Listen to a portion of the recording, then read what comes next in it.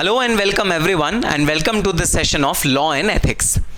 तो दोस्तों, पिछले सेशन में हमने बेसिक्स ऑफ लॉ के 2 पार्ट पढ़े। लॉ कैसे बनता है, कहाँ से आता है, उसमें क्या क्या एलिमेंट्स होते हैं, उसके अंदर क्या क्या एसेंशियल इंग्रेडिएंट्स होते हैं जिससे कि लॉ एक इफेक्टिव लॉ बनता है।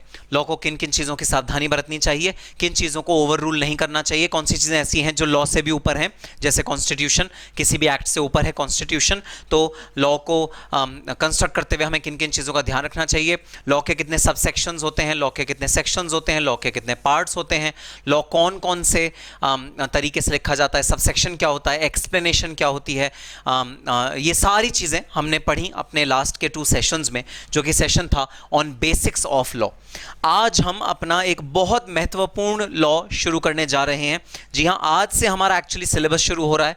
जो पिछली आपने बेसिक की क्लासें पढ़ी, वो क्लासेस आपके लॉ का एक्चुअली सिलेबस नहीं थे। तो आज हम एक बहुत इंपॉर्टेंट लॉ उठाने जा रहे हैं अपने सिलेबस का। लॉ का नाम है the sales of goods act 1930।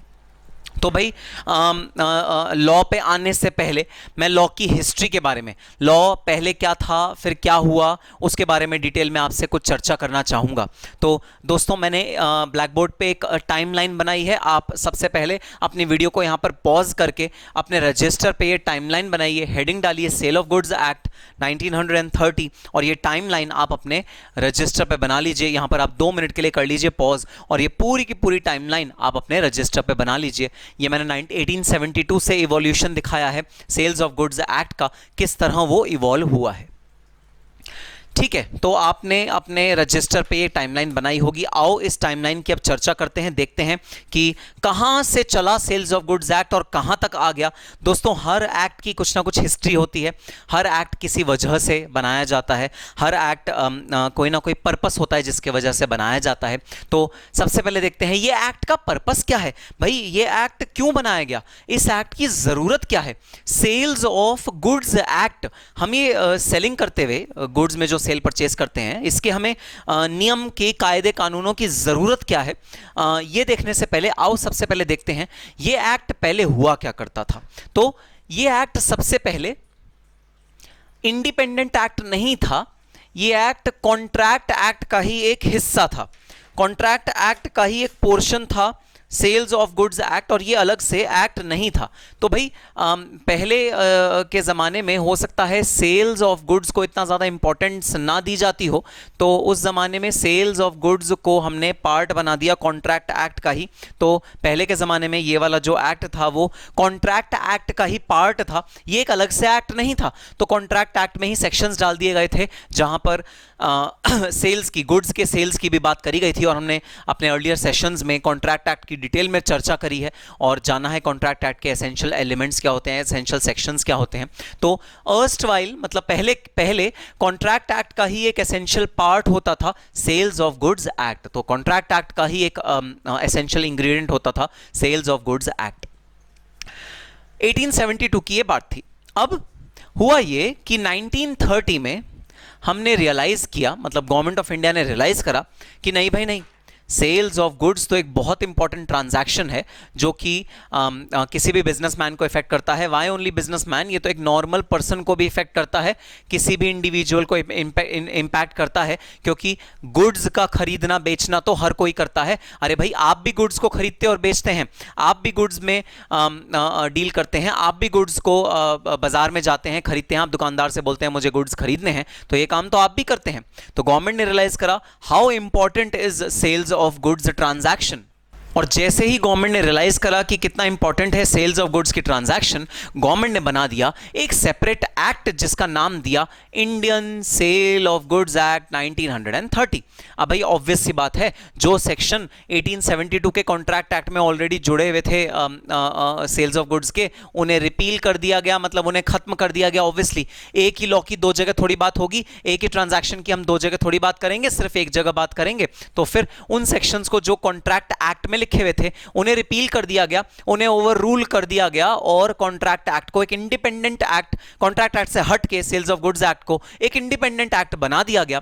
तो जो 1930 में एक मेजर इवेंट हुआ सेल्स ऑफ गुड्स एक्ट से रिलेटेड वो ये हुआ, sections of the contract act 1872 related with sales of goods were repealed, उनको खत्म कर दिया गया and separate act was created as named as the Indian sales of goods act 1930। अच्छा, इसका जन्म दिवस कब है भाई? हैप्पी बर्थडे हम कब मनाएंगे अपने सेल्स ऑफ गुड्स एक्ट का? हम हैप्पी बर्थडे मनाएंगे 1 जुलाई 1930।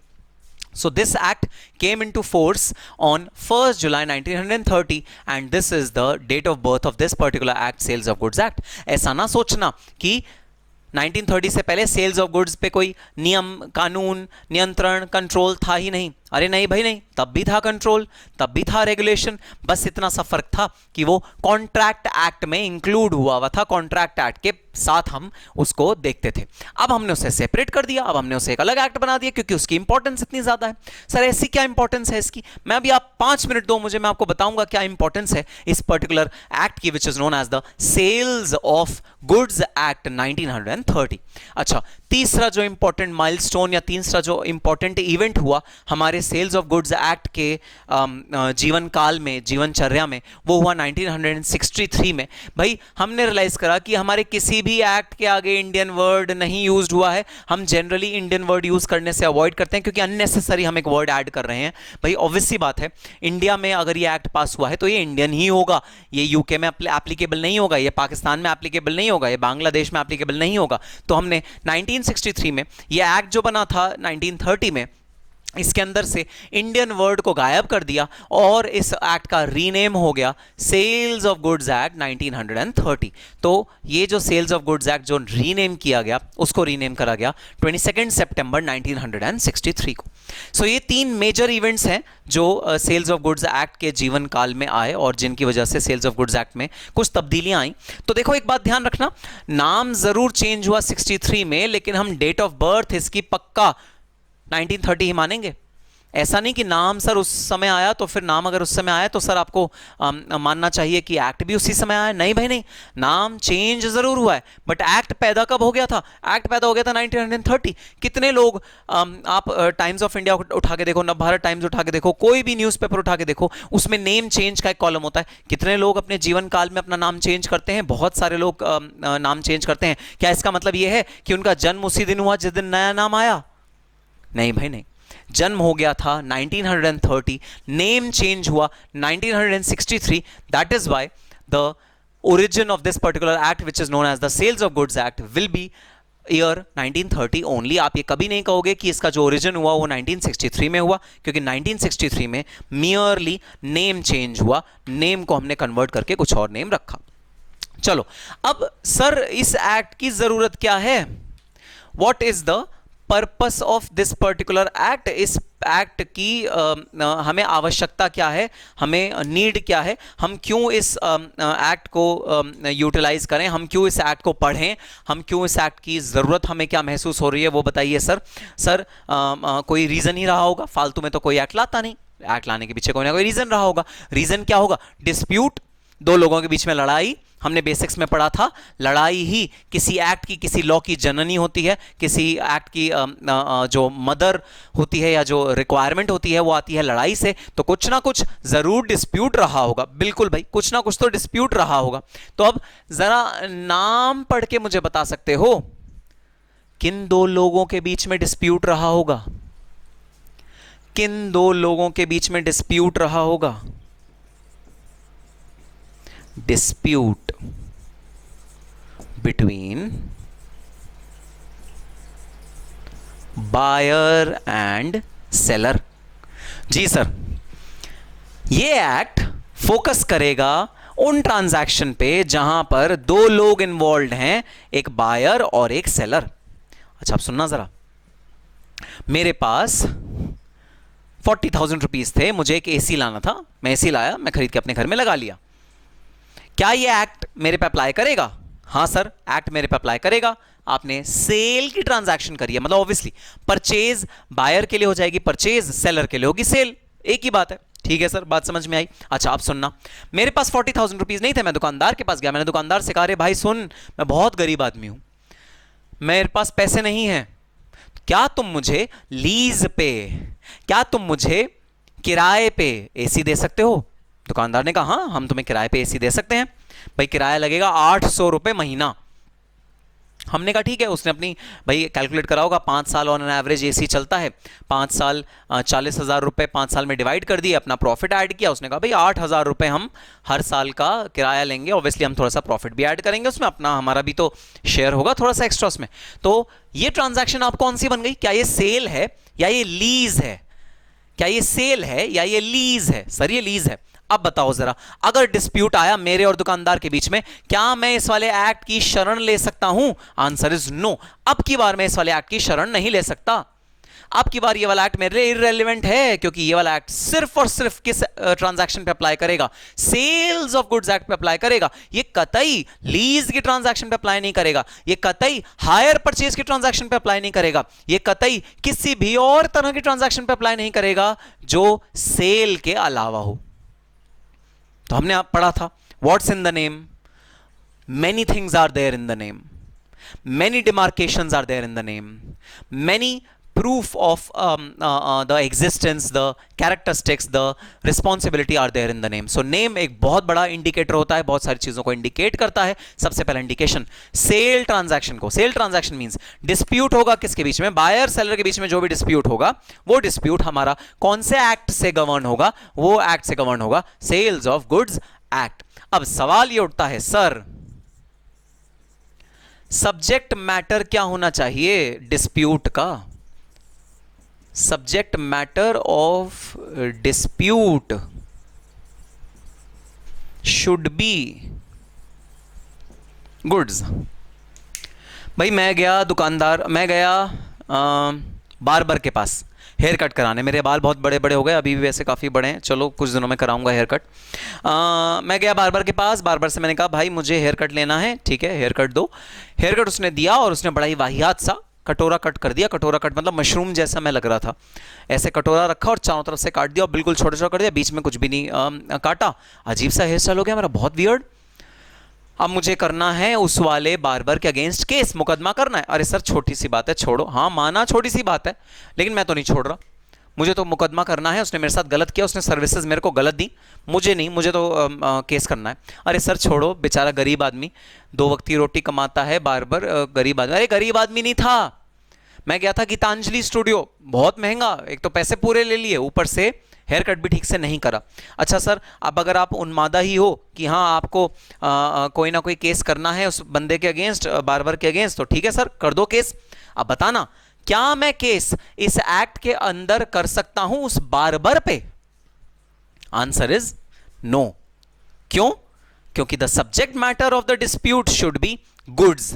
यहां पर मेरे केस में subject matter of the dispute was services. अरे भाई मुझे सर्विसेज का जो झगड़ा है वो मुझे सेल्स ऑफ गुड्स एक्ट में कोई भी काम नहीं करेगा, तो सेल्स ऑफ गुड्स एक्ट की मैं शरण नहीं ले सकता।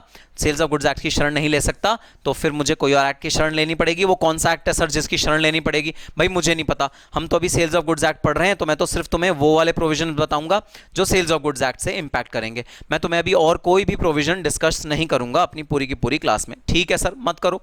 तो 2 बात समझ में आई। पर्पस क्या है? पर्पस है डिस्प्यूट। डिस्प्यूट किसके बीच में होना चाहिए? बायर सेलर के बीच में होना चाहिए। दूसरी बात, सब्जेक्ट मैटर ऑफ डिस्प्यूट क्या होगा? गुड्स होगा सब्जेक्ट मैटर ऑफ डिस्प्यूट, तो ही ये वाला एक्ट इन्वोक कर सकते हो, अदरवाइज आप ये वाला एक्ट इन्वोक नहीं कर सकते। अब सर ये बताइए, आपने तो बड़ा बेसिक सा एग्जांपल दिया, सर डिस्प्यूट क्या हो सकता है सेल के ट्रांजैक्शन में? आपने पैसे दिए, हाँ जी, दुकानदार ने आपको सामान दिया, हाँ जी, सामान लेके अपने घर चले गए, आप सामान को कंज्यूम कर रहे हो, खा रहे हो, अपने घर में मस्ती से सामान को एंजॉय कर रहे हो। Sir what kind of disputes can arise in a sale transaction? Okay, बहुत सिंपल है भाई। आपने दुकानदार को बोला कि सुनो दुकानदार, आपने सपोज फर्नीचर बनवाया, फर्नीचर बनवाने के बाद आपने दुकानदार को कहा सुनो दुकानदार, ये फर्नीचर जो तुमने अभी मुझे बना के दिया है ये ज़रा मेरे घर तक पहुंचवा देना। दुकानदार ने पहले तो मना किया, नहीं नहीं सर हम घर तक नहीं पहुंचवाते, आप अपनी गाड़ी में रखिए और घर पे अपने ले जाइए। चलो मैंने कहा ठीक है भाई, गाड़ी में रख लेते हैं, घर पे ले जाते हैं। सिचुएशन नंबर 1, मैं वो चीज गाड़ी में अपने रख के खुद अपने घर पे ले जा रहा था। सडनली बीच में एक्सीडेंट हुआ मेरा, और मेरा पूरा फर्नीचर टूट के तहस नहस हो गया। सवाल ये उठता है कि जब गुड को मैं या मेरा कोई आदमी ट्रांसफर कर रहा था मैन्युफैक्चरर के पास से मेरे घर पे, अगर वो आदमी मेरा था तो रिस्पॉन्सिबिलिटी किसकी हुई? लॉस बियर करने की। तुम कहोगे सर ऑब्वियसली हमारी हुई। चलो ये तुमने अभी लॉजिकल आंसर दिया है मुझे, लीगल आंसर कुछ और हो सकता है, तुमने अपने लॉजिक से दिया है, ठीक है, मान लिया तुम्हारे लॉजिक से, ओके। ऑप्शन नंबर 2, सर उसने बोला, उस बंदे ने बोला कि सर ये आप कैसे ले जाओगे? अच्छा आप नहीं ले जाना चाहते, आप मुझे 500 रुपए 1000 रुपए एक्स्ट्रा दे दो, मैं अपना बंदा भेजता हूं और वो आपके घर पे डिलीवर करा देगा माल को। आपने कहा ठीक है भाई, आप अपना बंदा भेज दो, मैं आपको एक्स्ट्रा पेमेंट कर दूंगा। ड्यूरिंग ट्रांजिट जो गुड्स थे वो टूट गए, खराब हो गए। अब किसकी रिस्पॉन्सिबिलिटी लॉस बियर करने की? आप कहोगे सर लॉजिकली दुकानदार की। हाँ, हो सकता है ये जवाब हो, लॉजिकली दुकानदार की। अब तीसरा सिचुएशन सुनना। तीसरा सिचुएशन ये कि भाई जब माल ट्रांसपोर्ट हो रहा था तब आपने कहा कि ट्रांसपोर्ट तो आप करें, आप अपनी रिक्शा देखें, लेकिन मेरा भी एक बंदा उस रिक्शा में बैठा होगा। आप रिक्शा में करें, रिक्शा में मेरा भी बंदा, मतलब जो बायर है उसका भी बंदा बैठा होगा। तो रिक्शे के ऊपर सामान, रिक्शे वाला तो दुकानदार का, आपका भी एक बंदा उसमें बैठा था। अब तो दोनों मिक्स हो गए, आपका भी बंदा बैठा था, उसका भी बंदा है। अब अगर सामान टूटा फूटा तो किसकी रिस्पॉन्सिबिलिटी? अब बताओ, कॉम्प्लेक्स हो गया ये वाला सिचुएशन। अब रिस्पॉन्सिबिलिटी किसकी दोगे? अब लॉस कौन बियर करेगा ये बताओ। तो इस तरह की कॉम्प्लेक्स ट्रांजैक्शंस मतलब सेल परचेज, एक तो इजी, जो आप इजी सेल्स परचेज करते हो तो बहुत इजी है, ठीक है, आप दुकान पे गए, आपने सामान लिया और आपने अपने घर आ गए, तो बहुत इजी ट्रांजैक्शन है। बट अगर आप बिजनेस वर्ल्ड में देखो तो भाई बिजनेस वर्ल्ड में डिलीवरी से लेकर उसमें कुछ अगर आपको चीज़ें चेंज करवानी है, जैसे आपको आपने बोला कि ये फर्नीचर जो है ना इसका वार्निश करा के, मैं पैसे तो मैं पूरे देके जा रहा हूँ, आप इस फर्नीचर को वार्निश करवा के रखना, वार्निश करवा के आप ये फर्नीचर मुझे भेजना मेरे घर पे। जब वार्निश हो रहा था आपने पैसे भी पूरे दे दिए, सेल ट्रांजैक्शन हो गई। वार्निश कराते हुए रात को आग लग गई गोडाउन में और सारा का सारा फर्नीचर जल गया, आपका भी जल गया। तो दुकानदार पता है क्या कहेगा? दुकानदार कहेगा अरे सर ये तो आपने कल खरीद लिया था, ये रिस्पॉन्सिबिलिटी लॉस की आपकी है। आप क्या कहोगे? अरे ना भाई ना, ये तो तुमने रखा हुआ था अपने गोडाउन में, हाँ खरीद मैंने लिया था, ओनरशिप मेरे पास ट्रांसफर हो गई थी, लेकिन गोडाउन में किसके रखा था? तुम्हारे रखा था, तो तुम लॉस बियर करो। इस तरह के डिस्प्यूट कि सेल को हम कब मानने की सेल हो गई। एक होता है पैसे देना, पैसे तो आपने दे दिए, लेकिन क्या उसे सेल माना जाएगा? पैसे देना सेल माना जाएगा? क्या डिलीवरी सेल माना जाएगा? तो इस तरह के तमाम डिस्प्यूट जो अराइज होते हैं, उन सारे के सारे डिस्प्यूट को कौन रिजॉल्व करेगा हमारे लिए? Sales of goods act. अच्छा, आजकल एक बड़ी मस्त चीज होने लगी है भाई, मुझे बहुत ज्यादा मजा आता है इन वाली इस चीज के लिए, और जब ये शुरू हुआ था ना तो लोगों ने इसे बहुत मिसयूज भी किया। अच्छा, तभी क्यों आज भी लोग बड़ा मिसयूज करते हैं, स्पेशली जो यंग जनरेशन है वो इस फैसिलिटी को बड़ा मिसयूज करती है। मैं आपको बताता हूं फैसिलिटी क्या है। फैसिलिटी है Amazon, फ्लिपकार्ट, मिंत्रा, जितने भी ऑनलाइन पोर्टल्स हैं, ये एक ऑप्शन देते हैं अपने यूजर्स को कि आप सेल करना, मतलब आप परचेज करना 15 दिन के अंदर अंदर, ट्राई करना, पहनना, यूज कर लेना, लेकिन 15 दिन के अंदर अंदर अगर आपने से रिटर्न कर दिया, हम आपके पूरे पैसे वापस दे देंगे, पूरे के पूरे पैसे वापस दे देंगे। अब इन 15 दिन के अंदर अगर किसी ने इसे पहना, यूज किया और वो किसी फंक्शन में गया, पार्टी में गया, कहीं भी उसने एंजॉय किया, तो हाँ कर सकता है, करते हैं, लेकिन ऑब्वियसली वो गंदा हो जाएगा तो फिर आपका रिस्पॉन्सिबिलिटी आ जाएगी। बट ये एक फैसिलिटी है, इस फैसिलिटी का नाम है सेल ऑन अप्रूवल और रिटर्न बेसिस। या तो अप्रूव कर दो या रिटर्न कर दो। अब सोचना जरा, जब sale on approval and return basis है, मतलब जब सेलर को यही नहीं पता कि ये माल बिका है, पैसे तो आ गए लेकिन ये माल बिका है या 15 दिन बाद वापस आ जाएगा, जब सेलर को खुद ये बात नहीं पता, तब क्या आप सही मायनों में बोल सकते हो कि ये सेल हुई है? और सपोज अगर इन 15 दिन के अंदर गुड डिस्ट्रॉय हो गया, सेल अगर नहीं हुई और गुड डिस्ट्रॉय हो गया, तो ओनरशिप किसकी?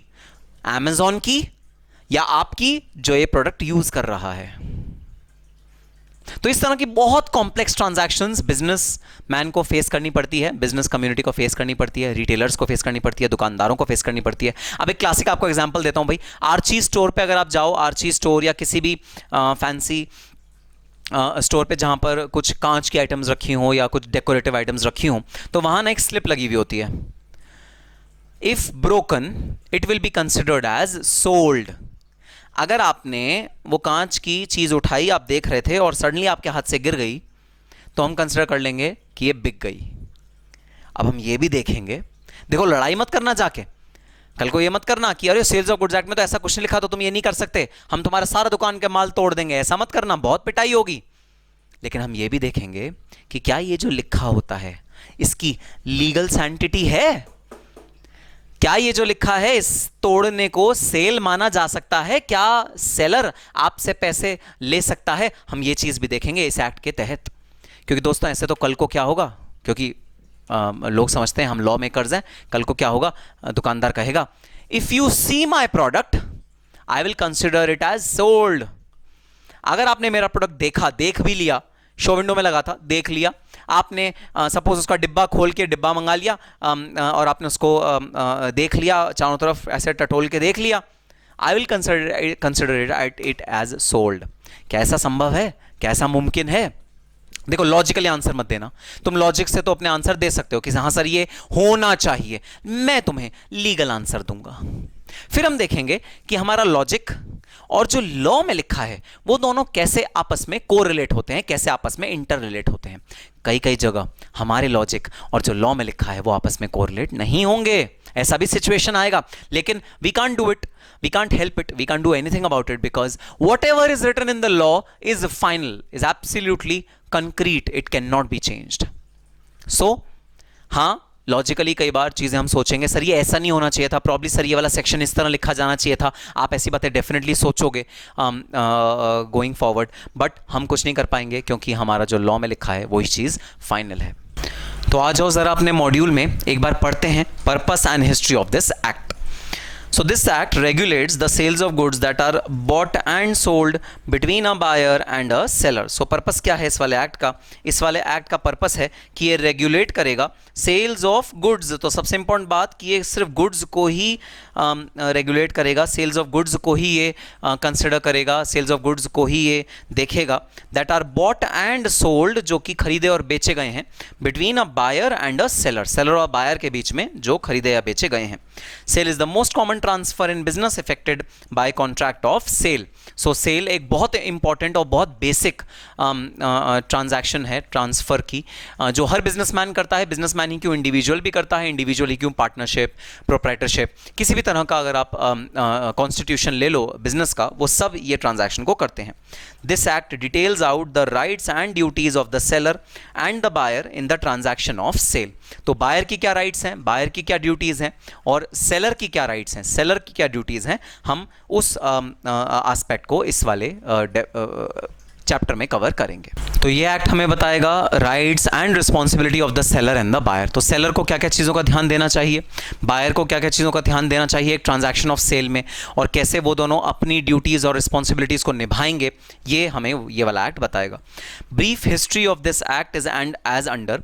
Before the enactment of the sales of goods act 1930, the transactions related to sale and purchase of goods were regulated by the Indian contract act 1872। तो जैसा मैंने आपको बोर्ड पे एक्सप्लेन किया था कि ये एक्ट आने से पहले इंडियन कॉन्ट्रैक्ट एक्ट 1872 में ही सेल्स ऑफ गुड्स का सेक्शन डला हुआ था। अब उसको हमने जब देखा कि इतना इंपॉर्टेंट है सेल्स ऑफ गुड्स एक्ट, हमने वो सेक्शन को वहां से रिपील कर दिया, हमने उस सेक्शन को वहां से हटा दिया और अलग से एक्ट बना दिया जिसका हमने नाम रखा Indian sales of goods act. In 1930 section 76 to 123 of the Indian contract act were repealed, मतलब खत्म कर दिए गए, and a separate act called Indian sales of goods act 1930 was passed. It came into force on 1st July 1930. Birthday of this act will be celebrated on 1st July 1930. With effect from 2nd September 1963, the word Indian was also removed. Now the present act is called the Sales of Goods Act 1930. तो ये act की ये history है। अच्छा, एक आपको मैं important चीज़ बता दूं भाई, ये FYK सेक्शन है। FYK सेक्शन कौन से सेक्शन होते हैं? FYK सेक्शन वो वाले सेक्शन होते हैं जो हमें एग्जाम पर्सपेक्टिव से याद नहीं करने, जो एग्जाम पर्सपेक्टिव से इतना ज़्यादा इंपॉर्टेंट नहीं है, बस वो आपकी इंफॉर्मेशन के लिए है। तो आपको याद नहीं करना। ये जो हिस्ट्री मैंने आपको बताई है सेल्स ऑफ गुड्स एक्ट की, आपको याद नहीं करनी। ये हिस्ट्री सिर्फ और सिर्फ आपकी नॉलेज के लिए है। एग्जाम में इससे रिलेटेड कोई भी क्वेश्चन नहीं आएगा। ठीक है सर, बात समझ में आ गई। तो सर अब बताइए कहां से एग्जाम में क्वेश्चन पूछा जाएगा? भाई जो मेन सेक्शंस हैं वहां से एग्जाम में क्वेश्चंस पूछे जाएंगे। आओ मेन सेक्शंस को स्टार्ट करते हैं। Section 1 title and applicability. मैंने आपको बताया था सेक्शन 1 हर एक्ट का, चाहे वो कोई भी एक्ट हो, चाहे वो इनकम टैक्स एक्ट हो, कंपनीज एक्ट हो, GST एक्ट हो, कोई भी एक्ट हो, उन सब का जो सेक्शन नंबर 1 होता है वो होता है द टाइटल एंड एप्लीकेबिलिटी। सो इस एक्ट का भाई टाइटल क्या है हमें पता है। इस एक्ट का टाइटल है the sales of goods act 1930। आओ देखते हैं फुटनोट 1 क्या कहता है। फुटनोट 1 कहता है Shakespeare says what's in the name, is it true? लिखो यहां पर जरा, not true, because name of the act tells about the subject of the act। तो नहीं, ये बात बिल्कुल गलत है। What's in the name, name में कुछ नहीं रखा, नेम बेकार की चीज़ होती है, ये बिल्कुल गलत है। क्योंकि जो नाम है वो ट्रू एसेंस क्या है उस एक्ट का, ट्रू ऑब्जेक्टिव क्या है उस एक्ट का, वो बताता है। सो बिल्कुल भी ये चीज़ रेलिवेंट नहीं है। ठीक है सर, अब आ जाओ ज़रा सेक्शन 2 पे चलते हैं। सेक्शन 2 मैंने आपको बताया याद करने की ज़रूरत ही नहीं है, डेफिनेशन ही होगा हमेशा, हमेशा डेफिनेशन होता है सेक्शन नंबर 2। ठीक है sir, section 2 of the act defines various terms used in the act, they are as under. अच्छा, सेक्शन 2 करने से पहले आओ जरा एप्लीकेबिलिटी भी एक बार देख लें। It extends to whole of India except state of Jammu and Kashmir. So ये जो एक्ट है ये पूरे इंडिया पे अप्लाई करता है, बस state of Jammu and Kashmir पे अप्लाई नहीं करता। सर सेक्शन 370 अभी अभी रिपील हुआ है, article 370 of the constitution repeal हुआ है, क्या उसके बाद भी ये वाला एक्ट अभी भी जम्मू एंड कश्मीर पे अप्लाई नहीं करेगा? भाई गवर्नमेंट ने अब तक सिर्फ 37 एक्ट्स हैं जिनको नोटिफाई किया है जो जम्मू एंड कश्मीर पे अप्लाई होंगे। हाँ, सब्सिक्वेंटली गवर्नमेंट और भी सेक्शंस को डेफिनेटली नोटिफाई करेगा और सब्सिक्वेंटली ये भी जम्मू एंड कश्मीर पे अप्लाई होगा, बट एज ऑफ नाउ ये जम्मू एंड कश्मीर पे अप्लाई नहीं करता। Next, it shall come into force on first day of July 1930। Birthday, happy birthday कब है हमारे इस वाले एक्ट का? हैप्पी बर्थडे है 1 जुलाई 1930। This is the date when this section came into force. आओ अब चलते हैं डेफिनेशन पे। डेफिनेशन मतलब सर कुछ जो टर्म्स हम सेक्शन में यूज़ करेंगे, एक्ट में यूज़ करेंगे, उन टर्म्स को हमें पहले से डिफाइन कर लेना चाहिए। हाँ भाई हाँ, उनको हमें डिफाइन कर लेना चाहिए। तो सबसे पहली जो टर्म है जिसको हम यूज़ करेंगे अपने सेक्शन में, वो टर्म है buyer. What do you mean by buyer? Buyer is a person. अब देखना बायर क्या, तुम जनरल अगर इसका मतलब समझो तो हमें पता है सर खरीदार, जो गुड्स को खरीदे, that is known as a buyer. Buyer है खरीदार गुड्स का खरीदार, उसे कहते हैं बायर। लेकिन जरा ध्यान से डेफिनेशन को पढ़ना।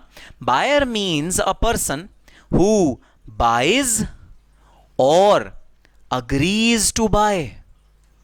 ध्यान देना, अगर आपने बाय करा, खरीद लिया आपने कोई चीज, अपने घर ले आए और आप उसे यूज कर रहे हो, तो आप बायर हो ही हो। लेकिन अगर आपने किसी दुकानदार को यह कह दिया कि हाँ मैं इसको बाय कर लूंगा, तू इसमें कुछ काम कर दे, या तू इसको किसी कंडीशन से ठीक कर दे, या तू अपने गोडाउन से मंगवा ले, तो भी आप बायर माने जाओगे। तो बायर दो तरह से बन सकते हो आप, या तो आप बाय कर लो, एक्चुअल एक्ट आपका बाय करने का, या फिर आप प्रॉमिस कर दो, अग्री कर लो बाय करने का, तो भी आप बायर माने जाओगे। भाई हम इसी चैप्टर में एक कंसेप्ट पढ़ेंगे, sale and agreement to sale. Sale and agreement to sale, वहां पर हम ये वाला कंसेप्ट यूज करेंगे कि अगर आप ऐसा अग्रीमेंट करते हो कि आपने अभी इमीडिएटली सेल नहीं करी, बट सब्सिक्वेंटली आपने वादा कर दिया कि हाँ मैं ये सेल करूंगा और ये परचेज करूंगा, तो भी हम उसे इफेक्टिव मानेंगे, तो भी आप पे ये लॉ अप्लाई हो जाएगा। तो वादा करना भी खतरनाक है, वादा करके आप मुकर नहीं सकते अपने वादे से। So buyer means a person who buys और अग्रीज टू बाय गुड्स। अच्छा, उसका सेम मतलब क्या होगा? Seller means a person who sells or agrees to sell the good। तो या तो पर्सन सेल करे या अग्री कर ले कि मैं ये गुड्स बेचूंगा, तो वो सेलर माना जाएगा। ठीक है सर। Next, delivery. अब सारा झगड़ा ही भाई डिलीवरी का है। अगर डिलीवरी हो गई हमारे सर से स्यापा मुक्या, स्यापा खत्म, डिलीवरी हो गई। लेकिन अगर डिलीवरी नहीं हुई और ट्रांजैक्शन हो गई और बीच में खुदा ना खास्ता कोई गड़बड़ी हो गई, किसी भी तरह का ऐसा एक्ट हो गया जिसकी वजह से गुड्स डिस्ट्रॉय हो गया, तो क्या होगा? तो बहुत ज्यादा इंपॉर्टेंट है इस डिलीवरी वर्ड को डिफाइन करना कि डिलीवरी आखिर क्या होती है। Delivery means voluntary transfer of possession from one person to another person. तो जब भी ट्रांसफर होता है पोजेशन का, पोजेशन मतलब आप जो चीज होल्ड करते हो अपने पास, जब भी ट्रांसफर होता है पोजेशन का, अच्छा एक वर्ड यूज हुआ है वॉलंटरी। वॉलंटरी मीन्स जबरदस्ती नहीं, जबरदस्ती नहीं कर सकते आप, अपने आप वॉलंटरी जब भी पोजेशन ट्रांसफर होता है उसे मैं मानूंगा डिलीवरी। अगर आपने जबरदस्ती किसी के घर में जाके सामान पटक दिया, लो ये तुम्हारा सामान है तुम इसे यूज करो, मैं उसे डिलीवरी नहीं मानूंगा, मैं उसे सेल नहीं मानूंगा। जैसे दिल्ली में एक बड़ी फेमस जगह है दोस्तों, पालिका बाजार। पालिका बाजार में क्या होता है, वो आपका हाथ पकड़ लेते हैं जब आप सेल नहीं, आप परचेज नहीं कर रहे होते चीजें, वो आपका हाथ पकड़ लेंगे, अरे नहीं नहीं खरीदो खरीदो, वो आपकी जेब में डाल देंगे, पेन होगा तो आपकी जेब में डाल देंगे, टाई होगी तो आपको पहना देंगे, वो कहेंगे नहीं नहीं खरीदो खरीदो, रिस्ट वॉच होगी वो आपको पहना देंगे, खरीदो खरीदो।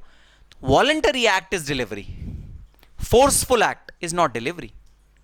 सो delivery means voluntary transfer of possession from one person to another person. जब एक पर्सन से दूसरे पर्सन पे वॉलंटरी ट्रांसफर होगा पोजेशन का, पोजेशन मतलब आपने जो चीज होल्ड करी हुई है अपने पास, उसका जब वॉलंटरी ट्रांसफर होगा उसे मैं नाम दूंगा डिलीवरी।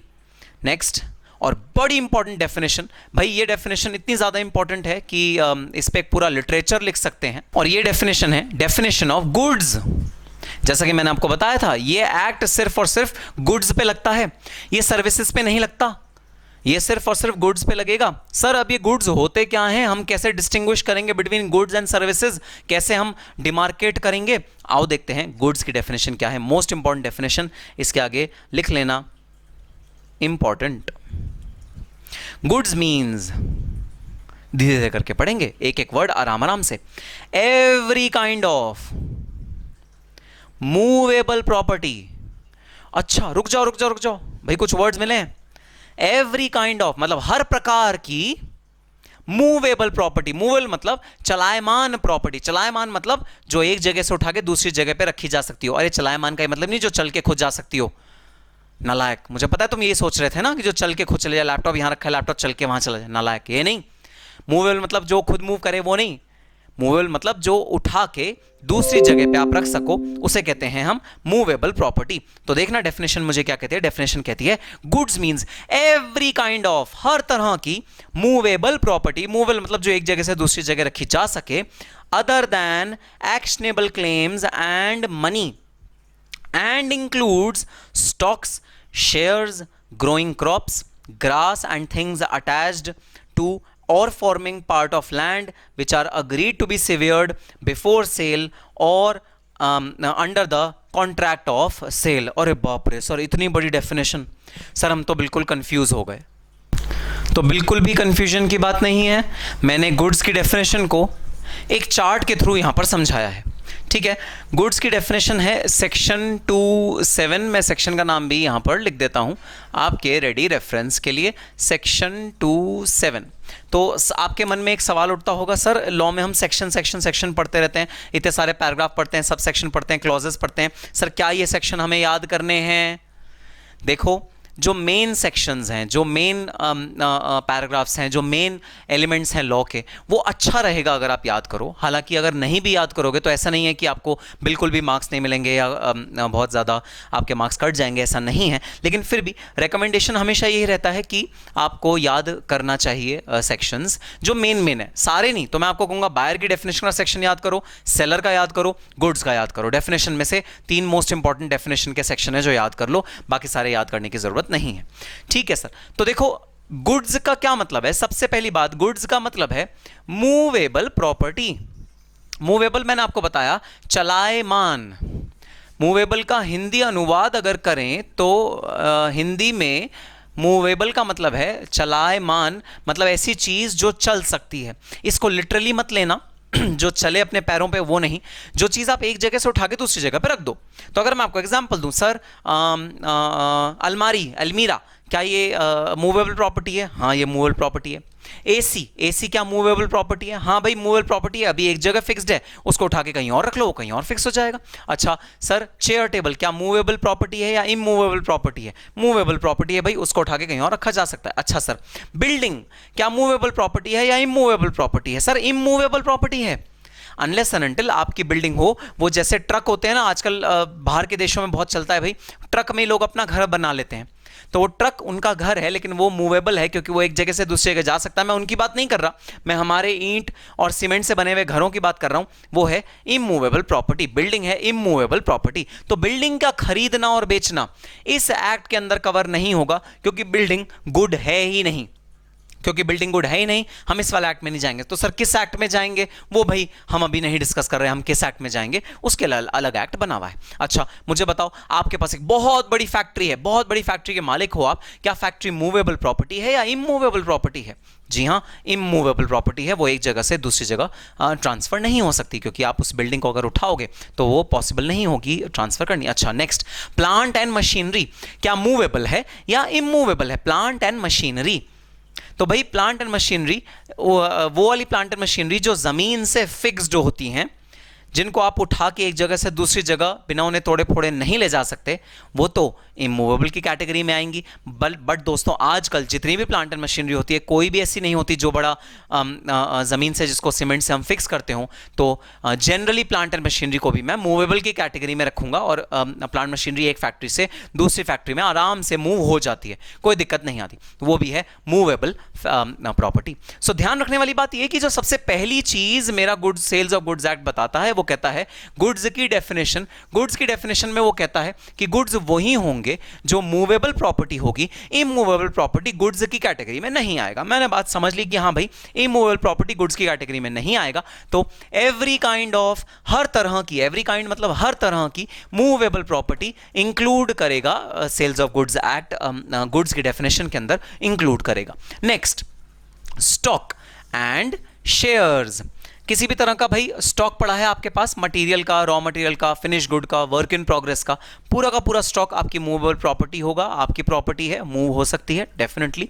और शेयर्स, शेयर्स मतलब सिक्योरिटीज, आपने किसी गवर्नमेंट ऑफ आपने किसी कंपनी में, इंडियन कंपनी में या फॉरेन कंपनी में इन्वेस्ट करे हुए हैं, शेयर्स लिए हुए हैं, तो अब सवाल ये उठता है क्या वो गुड्स हैं, क्या उनको भी हम गुड्स की कैटेगरी में रखेंगे और सेल्स ऑफ गुड्स एक्ट की कैटेगरी में लाएंगे? आंसर इज यस, शेयर्स को, सिक्योरिटीज को हम सेल्स ऑफ गुड्स की कैटेगरी में लाएंगे और उसको हम गुड्स की कैटेगरी में इंक्लूड करेंगे। So it's an inclusion in the definition of goods.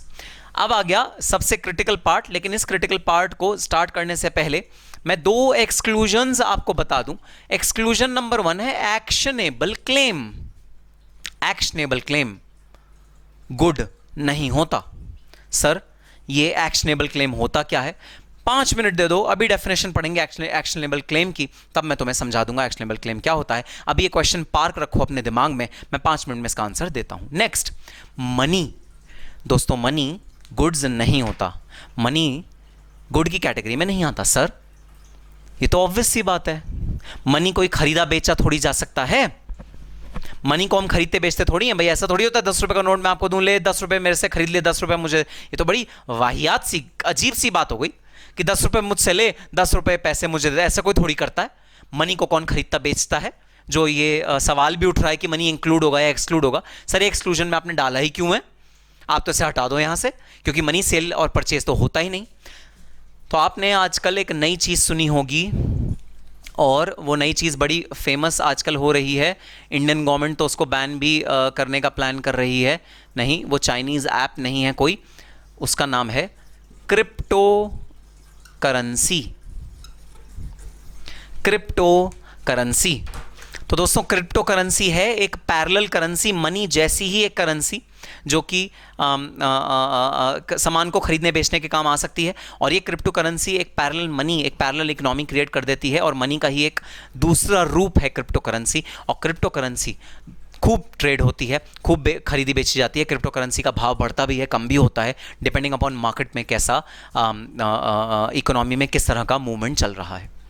तो इन तरह की चीज़ों को, जो क्रिप्टो करेंसी होती है, जो मनी का दूसरा फॉर्म होता है, उस फॉर्म को क्योंकि खरीद बेच भी सकते हैं, इसलिए उसको एक्सक्लूड करने के लिए हमने बोला money as a whole should be excluded from definition of goods. So actionable claim हटा दो, मनी हटा दो गुड्स की कैटेगरी से, अगर इन्हें खरीदोगे या बेचोगे तो ये गुड्स की कैटेगरी में नहीं फॉल करेगा। तो सर अब बताइए क्या फॉल करेगा? अच्छा भाई तुमने बताया लैंड फॉल करेगा इमूवेबल कैटेगरी में। बिल्कुल सर, इमूवेबल है लैंड, तो लैंड का अगर खरीदना बेचना होगा तो वो हम इंक्लूड नहीं करेंगे while considering the definition of goods. बिल्कुल सही बोला। अच्छा अब बताना, लैंड के ऊपर अगर गेहूं बोया हुआ है, लैंड के ऊपर अगर चावल बोया हुआ है, तो चावल इन इटसेल्फ, ओनली चावल तो गुड है ना, क्योंकि वो तो मूव कर सकते हो ना तुम। तो अगर लैंड के ऊपर कोई चीज ग्रो हुई है तो उसे मैं मूवेबल मानूंगा या इमूवेबल मानूंगा? सर दो सिचुएशन होंगी उस केस में। ग्रोइंग क्रॉप्स, ग्रास एटसेट्रा, तो जो क्रॉप्स ग्रो कर रहे हैं और घास है, घास फूस है, अटैच्ड टू द लैंड, इसके दो ऑल्टरनेटिव्स हैं। Alternative number 1, agreed to be severed before a sale, तो जो मेरा वेंडर है मैंने उससे कह दिया भाई जब मैं इसे बेचूंगा तो ऑब्वियसली मैं तुम्हें लैंड थोड़ी बेचूंगा, मैंने पहले काटूंगा। तो जब फसल तैयार हो रही होती है ना, तो कई बार जो हमारा फार्मर होता है वो जब फसल तैयार हो रही है तभी उसे बेच देता है, पहले ही उसे बेच देता है। तो जब उसे वो बेचेगा, अगर उसने फार्मर ने तय ये किया है कि जो घास होगी मैं उसे पहले काटूंगा और काटने के बाद तुमको बेचूंगा, तो वो गुड्स की कैटेगरी में दोस्तों आ जाएगा। ऑब्वियसली काटोगे बेचोगे तो गुड्स की कैटेगरी में आ गया। लेकिन अगर आपने नहीं अग्री किया हुआ कि आप काटोगे और फिर बेचोगे तो वो गुड्स की कैटेगरी में नहीं आएगा, क्योंकि कई समझदार लोग ऐसा कर सकते हैं कि वो बोलें कि हम भाई गुड्स सेल कर रहे हैं, हम चावल सेल कर रहे हैं, और चावल के सेल करने के गाब में, चावल के सेल करने के एवज में वो अपनी लैंड भी सेल कर रहे हैं। वो कह रहे हैं चावल लैंड पे उगा हुआ है, मैंने पूरी लैंड की लैंड सेल कर दी। बड़ा ज़बरदस्त एग्जाम्पल, और ये एग्जाम्पल बहुत कॉमनली मार्केट में आपको देखने को मिलेगा, इकोनॉमी में देखने को मिलेगा। भाई टिम्बर के ट्रीज होते हैं, टिम्बर ट्री, जिससे लकड़ी मिलती है हाई क्वालिटी की, जो कि बेच के मार्केट में आप करोड़ों अरबों रुपए कमा सकते हो। Timber tree, mahogany tree, teak wood, इस तरह का जो टिम्बर उगता है और जो ट्रीज उगते हैं उनकी बेच के आप मार्केट में उसका वसूल कर सकते हो पैसे। तो जनरली क्या होता है टिम्बर की ट्रांजैक्शन में, क्योंकि ट्री को ग्रो करने में दोस्तों कई साल लगते हैं, 20-25 साल लगेंगे ट्री जब तक फुल ग्रोन होगा और उसकी लकड़ी काटने लायक होगी, तो उसमें बहुत ज़्यादा टाइम लगता है। तो कई बार क्या होता है, पूरा का पूरा जो बाग है जहाँ पर वो उगाया गया है पूरा का पूरा सेल हो जाता है, पूरा बाग सेल कर दिया। अब वो दुकानदार से बोला गया, या जो ट्री मर्चेंट है उससे बोला गया भाई आप पूरा का पूरा बाग ले लो, आप उसे काटो, आप उस ट्री को यूज़ कर लेना, वुड को यूज़ कर लेना, बहुत बड़ा बाग है, और जो ज़मीन बचे उसे आप वैसे छोड़ के चले जाना, क्योंकि ज़मीन जो होती है वो खेत खलिहानों में होती है, फॉरेस्ट में होती है, पहाड़ी इलाकों में होती है, उस ज़मीन का वैसे भी कोई खास यूज़ नहीं है, खास दाम नहीं है। जो जिसकी वो ज़मीन होती है, जिसने वो लकड़ी उगाई हुई होती है, वो कहता है ज़मीन समेत आप ले लो। तो अगर तो आप लोगे ज़मीन समेत तो मैं मानूंगा ये गुड्स नहीं है। और अगर आपने वादा किया है कि नहीं मैं पहले आपको बेचने से पहले काट दूंगा ट्री, काट दूंगा गेहूं, काट दूंगा राइस, तब मैं कहूंगा कि ठीक है वो गुड्स हैं, क्योंकि वो फिर मूवेबल प्रॉपर्टी बन जाती है।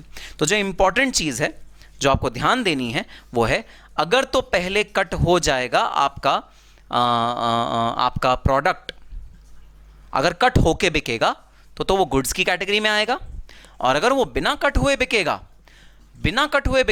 तो वो गुड्स की कैटेगरी में नहीं आएगा। मतलब तब उस पे सेल्स ऑफ गुड्स एक्ट नहीं लगेगा।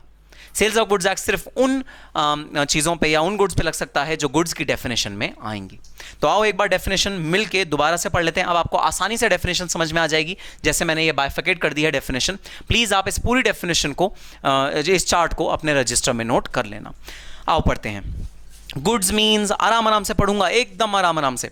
Goods means every kind of movable property, हर तरह की movable property, other than actionable claims, actionable claim और मनी को छोड़कर, and includes stock and shares, growing crops, grasses and things attached to or forming part of land which are agreed to be severed before sale or under contract of sale.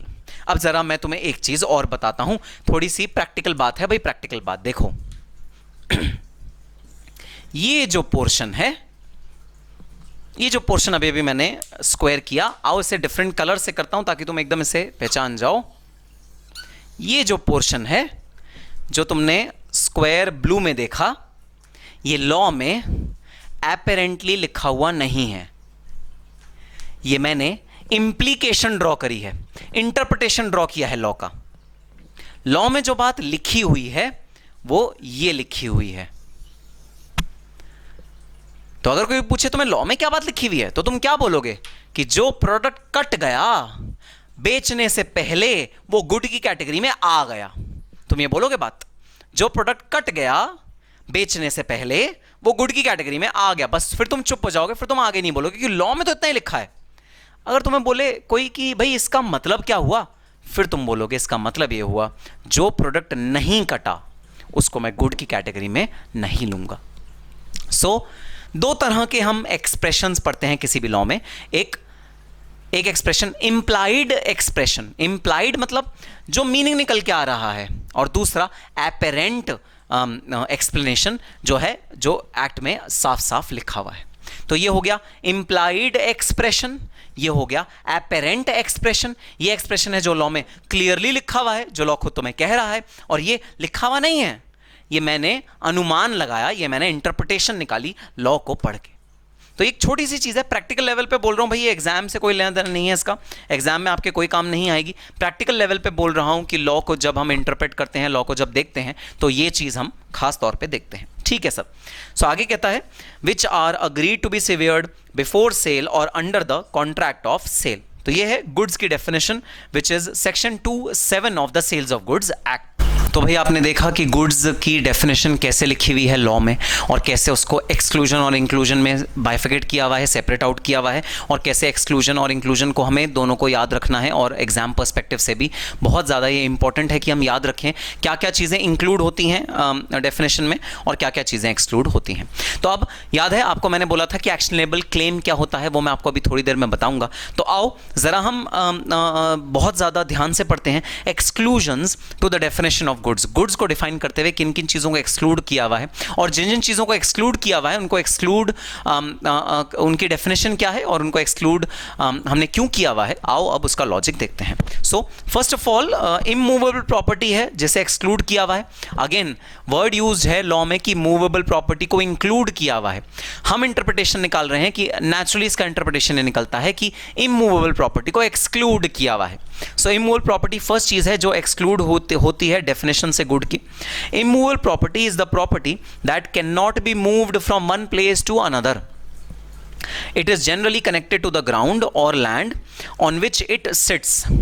Land, building, fisheries etcetera. तो fishery होता है दोस्तों जहाँ पर fish का पालन किया जाता है, वहाँ बड़े बड़े तालाब बनाए जाते हैं जहाँ पर फिश को ब्रीड किया जाता है, उनकी देखरेख करी जाती है और उनको फिर मार्केट में बेचा जाता है. तो इस तरह की कोई भी चीज़ जो लैंड से कनेक्टेड है उसको हम इमूवेबल प्रॉपर्टी बोलते हैं, और वो इमूवेबल प्रॉपर्टी हमारा गुड्स के डेफिनेशन से एक्सक्लूड होती है, गुड्स का डेफिनेशन का पार्ट नहीं बनती है. अब मेरा तुमसे एक सवाल है. सवाल ये है सर, क्या गाड़ी जिसमें हम बैठ के जाते हैं, गाड़ी व्हीकल, क्या वो मूवेबल प्रॉपर्टी है या इमूवेबल प्रॉपर्टी है? ऑफ कोर्स मूवेबल प्रॉपर्टी है क्योंकि वो मूव कर रही है एक जगह से दूसरे जगह पे, तो वो मूवेबल प्रॉपर्टी है.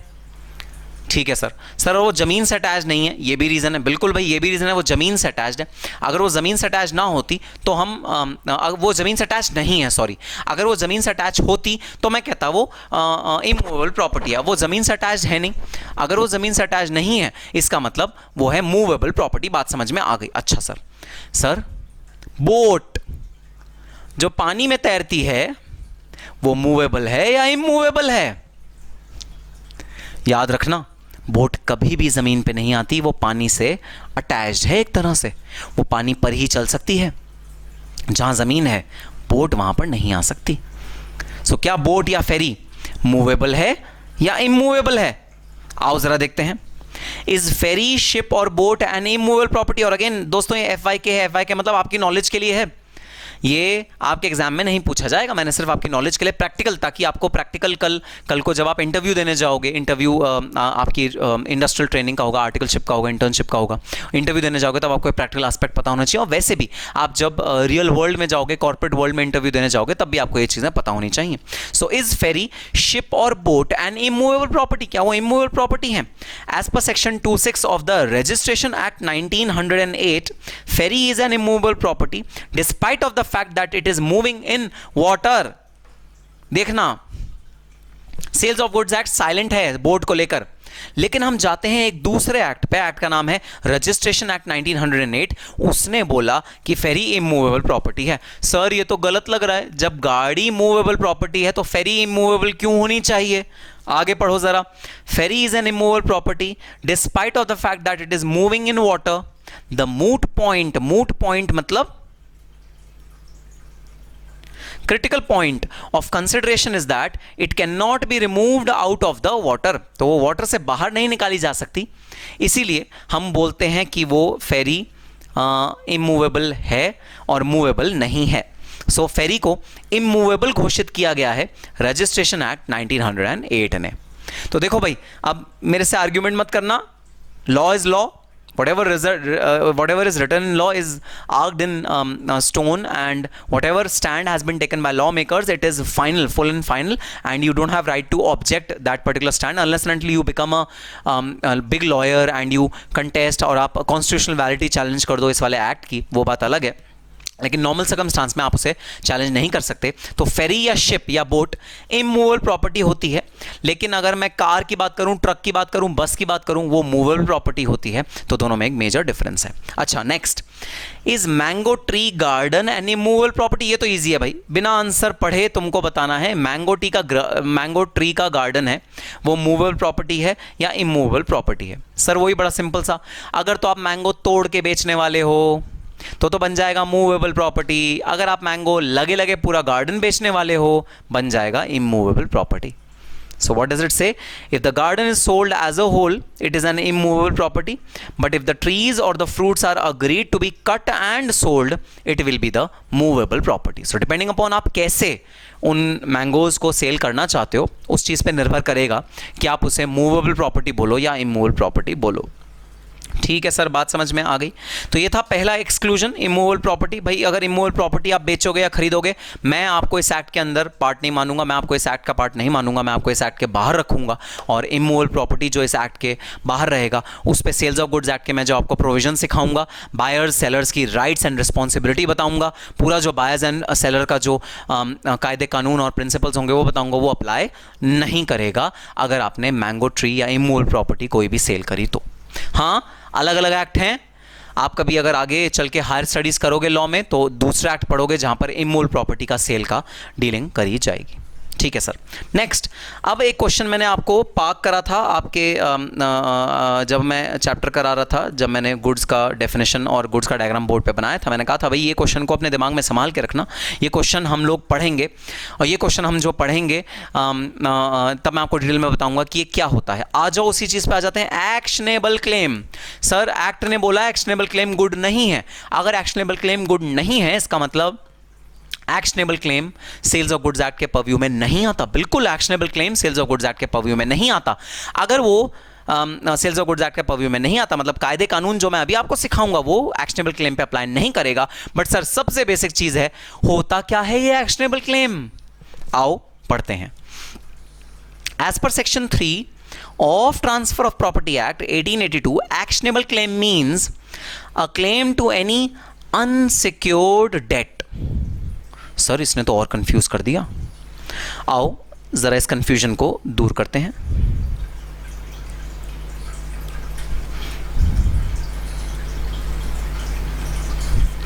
ओके,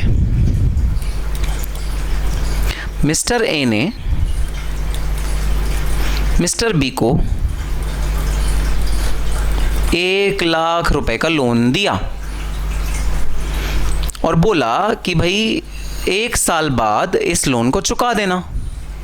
तो 1 साल बाद मिस्टर बी को मिस्टर ए को 1 लाख रुपए का लोन चुकाना था। मिस्टर बी ने लोन नहीं चुकाया। अगर मिस्टर बी ने लोन नहीं चुकाया तो ऑब्वियसली मिस्टर ए को मुकदमा करना पड़ेगा। मिस्टर ए का क्लेम होगा 1,00,000 रुपए का मिस्टर बी पे। तो क्लेम का क्या मतलब है? क्लेम का मतलब है राइट टू अक्वायर समथिंग। मैं क्लेम करता हूं कि यह चीज मेरी है, तुम्हारी नहीं है, मुझे वापस दे दो। This is known as claim.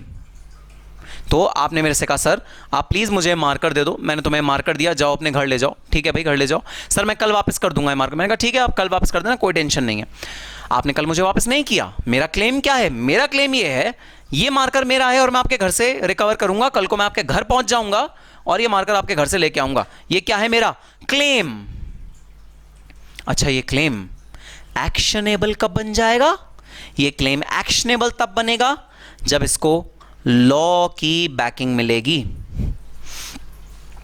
ये क्लेम एक्शनेबल कब बनेगा? जब इसे लॉ की बैकिंग मिलेगी। मतलब आप कोई एक्शन ले सकते हो या नहीं ले सकते इस क्लेम के खिलाफ। अब आपने मुझसे ये मार्कर लेके गए थे, आपने कहा निखिल सर मुझे मार्कर चाहिए, आप कल वापस ले लेना। मैं आपके घर पहुंचा, आपने मुझको कहा हाँ जी बताइए आप कौन?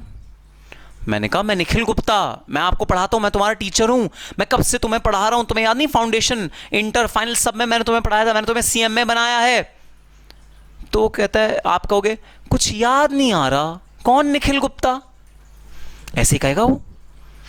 फिर वो बोलेगा कि अच्छा बताइए, अगर चलो आप निखिल गुप्ता जो भी हो, क्या काम है, क्यों आए हो यहां पर? आप कहोगे तुमने मेरा मार्कर लिया था, मुझे मेरा मार्कर वापस दो। अब मैं ये कहूंगा आपसे, तो कहोगे मार्कर? कौन सा मार्कर? मुझे कुछ याद नहीं आ रहा। तो जब भी कोई डीलिंग होती है बिजनेस में, तो उस डीलिंग को ओरल रखने की बजाय हम उस डीलिंग को लिखित में लेते हैं, क्योंकि वर्बली कोई भी मुकर सकता है। अब मुझे बहुत डिफिकल्टी आएगी ये प्रूव करने में कि ये मार्कर मेरा था, क्योंकि उस समय जब आप मार्कर लेके गए ना कोई गवाह वहां पर मौजूद था, ना कोई मैंने सुराग छोड़ा कि आप वो मार्कर लेके गए, ना मैंने लिखित में आपसे लिया, मैंने कुछ भी नहीं किया। तो क्या ये क्लेम मेरा? क्लेम तो है कि ये मार्कर मेरा है, ये क्लेम तो है मेरा, लेकिन क्या ये एक्शनेबल है? क्या इसके अगेंस्ट मैं एक्शन ले सकता हूं? आंसर इज नो, मैं इसके अगेंस्ट एक्शन नहीं ले पाऊंगा। सो एक क्लेम जो एक्शनेबल नहीं होता उसकी कोई वैल्यू ही नहीं है। तो हम तो सिर्फ उन क्लेम्स की बात करेंगे जो एक्शनेबल है। Actionable claims means those claims, those rights which you are saying that you have that right of recovering something from some other party. So, debt का मैंने आपको एग्जांपल दिया। डेट का जो क्लेम है वो एक्शनेबल क्लेम है। आपने किसी को डेट दिया, आपने किसी को माल बेचा और उसने कहा आपसे कि मैं 3 महीने बाद आपके पैसे वापस कर दूंगा। 3 महीने बाद वो रफू चक्कर हो गया, वापस नहीं आया। एक्शनेबल क्लेम है आपके पास, आप क्लेम कर सकते हो कि मुझे मेरे पैसे दो। आप कोर्ट में जा सकते हो, कोर्ट ऑफ लॉ आपको मदद कर सकता है आपके पैसे वापस अक्वायर करने में। एक्शनेबल क्लेम है। सो एक्शनेबल क्लेम गुड नहीं हो सकता। Actionable claim is not good, it is just a claim.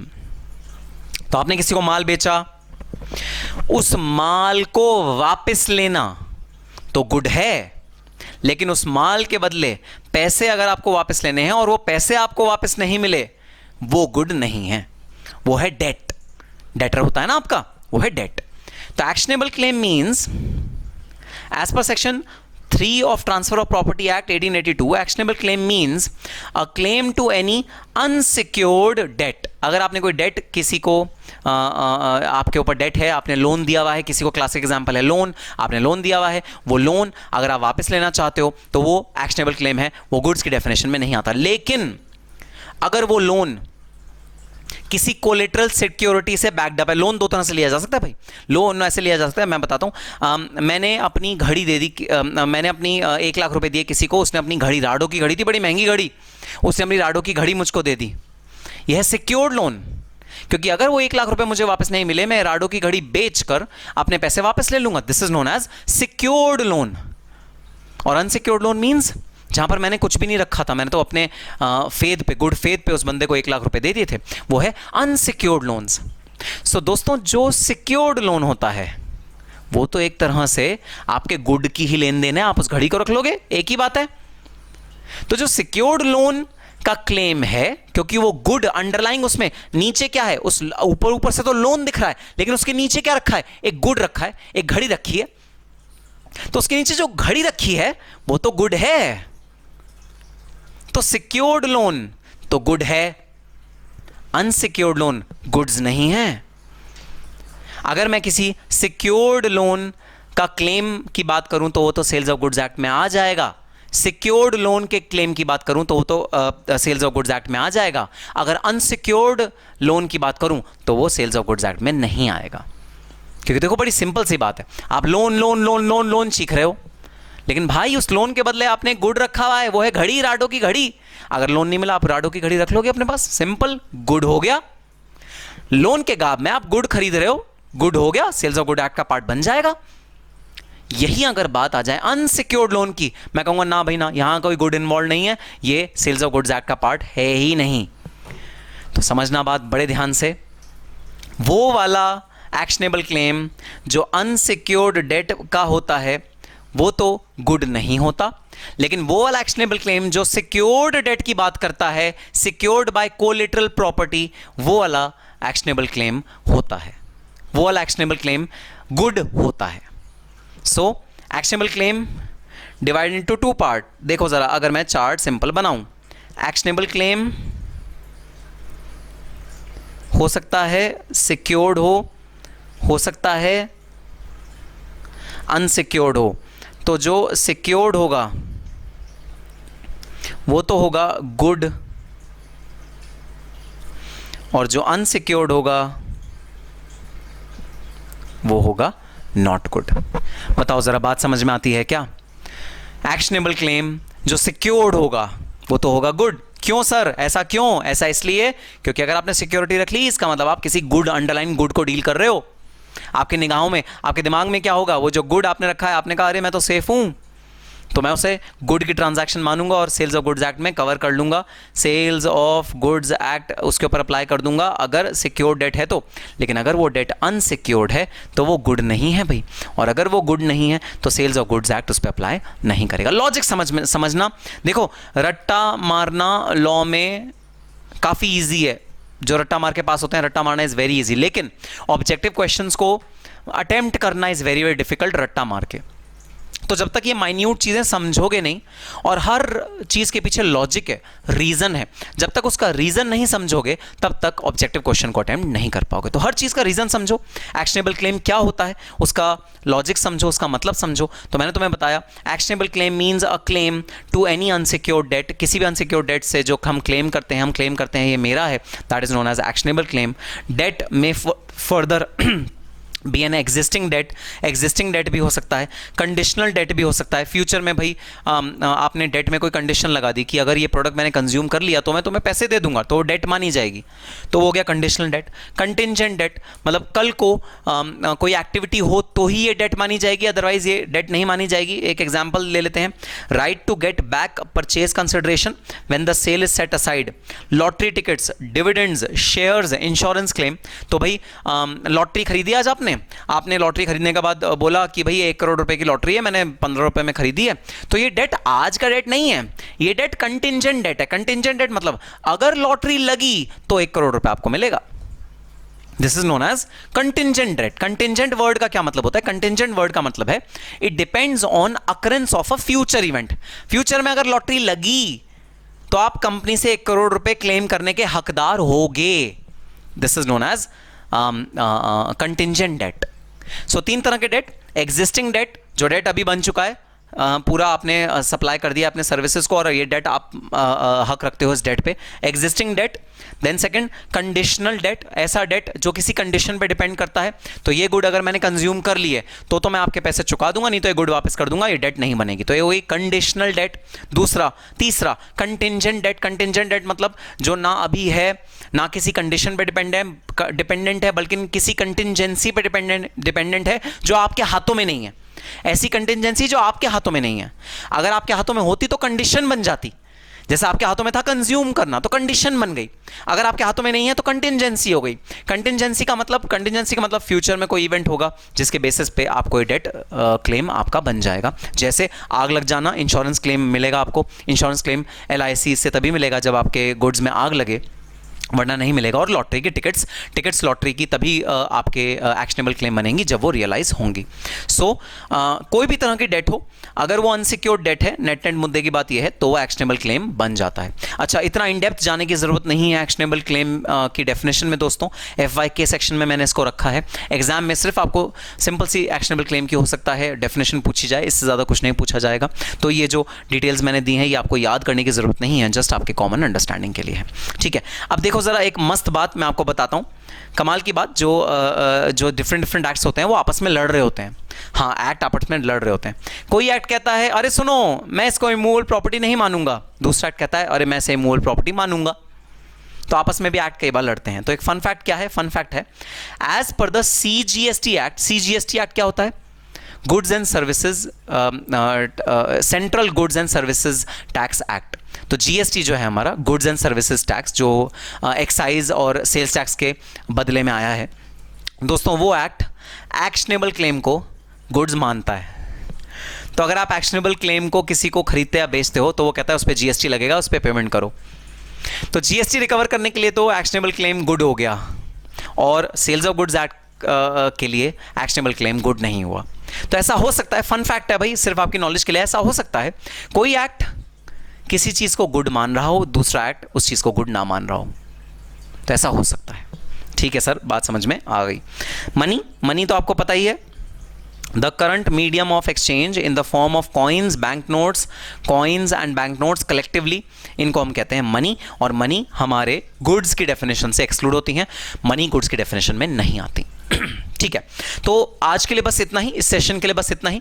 भाई मेरी एक्सपेक्टेशन आपसे बस छोटी सी होगी, ज़्यादा उम्मीद नहीं करता मैं ज़्यादा। मुझे पता है आपके पास बहुत सारा काम है यार, घर में आप बहुत सारी चीज़ें करते हो, जैसे आपको टेलीविज़न देखना होता है, आपको हॉटस्टार पे सीरीज़ देखनी होती है, आपको अमेज़ॉन प्राइम देखना होता है। शटडाउन का, लॉकडाउन का वैसे ही समय चल रहा है, तो आपको घर में रह के बहुत सारी चीज़ें करनी पड़ती हैं, काम करने पड़ते हैं। तो मुझे पता है बहुत ज़्यादा मेहनत करनी घर पे पॉसिबल नहीं है, और एंटरटेनमेंट भी तो ज़रूरी है ना। तो मुझे पता है कि आपके पास बहुत सारा काम है, बट स्टिल बस एक उम्मीद करता हूँ, अगला लेक्चर शुरू करने से पहले एक बार जो आपको बुक डिलीवर करी जा चुकी है ऑलरेडी, उस बुक के अंदर से जितना हमने आज तक पढ़ा उसको एक बार और अपने दिमाग में रिकॉल करना।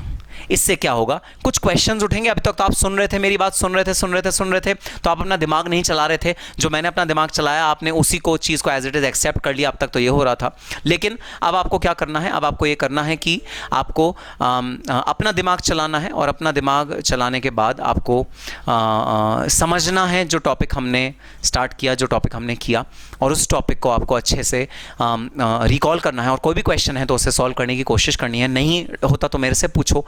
और अगला लेक्चर शुरू करने से पहले इस पूरे लेक्चर को एक बार रीड जरूर करके देखना, ठीक है। So we'll meet in our next session. In the next session will be continuing with our definition of goods, और गुड्स की डेफिनेशन में और भी क्या क्या चीज़ें आती हैं हम वो सब देखेंगे। We'll meet in the next session. Till that time, all the very best and happy studying.